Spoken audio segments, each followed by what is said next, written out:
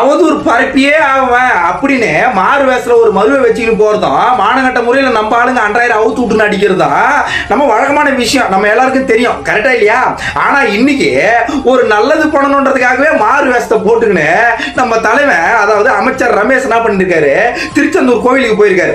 ஆக என்ன கதைனா, இவங்க வந்து எப்படின்னா ஸ்பெஷல் தரிசனத்துக்கு 4000 வசூலிச்சே ஆகணும், நாங்க இல்லைன்னா எங்களுக்கு தூக்கம் வராது அப்படின்னு வசூலிச்சிருக்காங்க. எப்படி அவங்க மட்டும் அந்த ஸ்பெஷல் தரிசனம் பண்ணா மட்டும் எப்பவுமே மாடு வீட்டில் ஒரு ஓட்டை இருக்கும், அதுல இருந்து கோல்டு காயினா கொட்டுமாமா.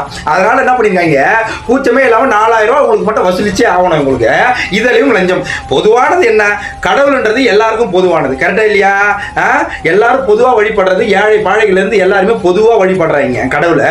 ஆனா ஏழைகளால 4000 கொடுத்து தரிசிக்க முடியுமா?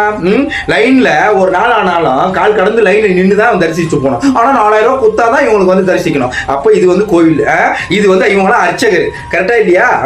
அப்ப வந்து கடவுள் வந்து உங்களுக்கு 4000 கேட்டாரு.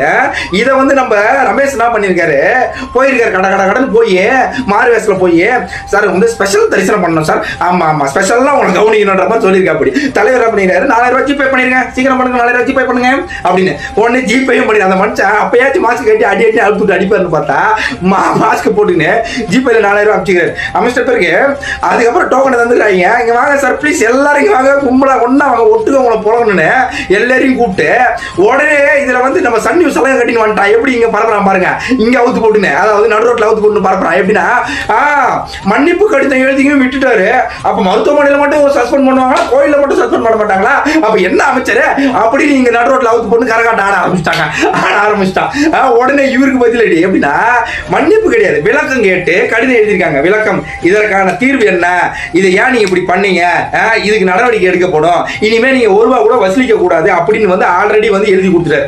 மன்னிப்பு கடிதம் அவங்க ஆல்ரெடி எழுதிட்டாங்க. அதுக்கப்புறம் விளக்கம் கடிதம் எடுத்து எழுத சொல்லியிருக்காரு. அதுக்கு இவங்க மன்னிப்பு கடிதம் மட்டும் எழுதிட்டு விட்டுட்டாரு. அப்படி நடனம் ஆடுறானுங்களாங்க, வாங்க ஜட்டியோட ஆடுறானுங்களாமா, பட்டாப்பட்டி ஜட்டியோட.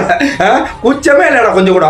இன்னைக்கு போய் 50 வருஷம் ஆண்ட பரம்பரையில முடியாத இன்னைக்கு அர்ச்சகரை, அதாவது அர்ச்சகர்கிட்ட 4000 வசூலிக்கணும், நான் வரவங்க கிட்ட பொதுமக்கள் கிட்ட ஏழை கிட்ட 4000 வசூலிக்கணும்ன்றத இன்னைக்கு ₹1 கூட வசூலிக்க கூடாது அப்படின்னு இந்த மனுஷன் உள்ள பூந்து அடிச்சுட்டு வந்திருக்காரு. இன்னைக்கு இனி ₹1 கூட கட்டணம் கிடையாது, ஏழையா இருந்தாலும் சரி பணக்காரா இருந்தாலும் சரி எல்லாரும் போய் சாமியை தரிசிக்கலாம் அப்படின்ற மாதிரி, ஸ்பெஷலாகவும் சரி எதுவாக இருந்தாலும் சரி அப்படின்னு கேட்டு, இத்தனை நாள் நீ பண்ண தப்புக்கு விளக்கம் கட்டித்தான் கொடு அப்படின்னு விளக்கம் மாறாலே அடிக்கிற அளவுக்கு கேட்டு வந்துக்கிறாரு.